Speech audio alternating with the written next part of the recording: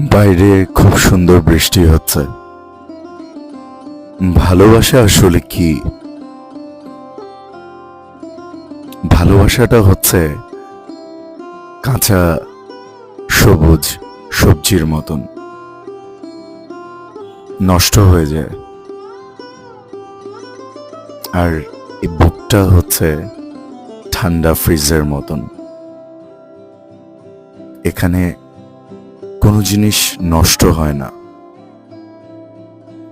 যার বুক যত ঠান্ডা, তার বুকে ততদিন পর্যন্ত ভালোবাসা নামক এই সবুজ সবজি বিদ্যমান থাকে। কথাগুলো আমার না, কথাগুলো শ্রদ্ধেয় হুমায়ুন আহমেদ স্যারের। কি অসাধারণ!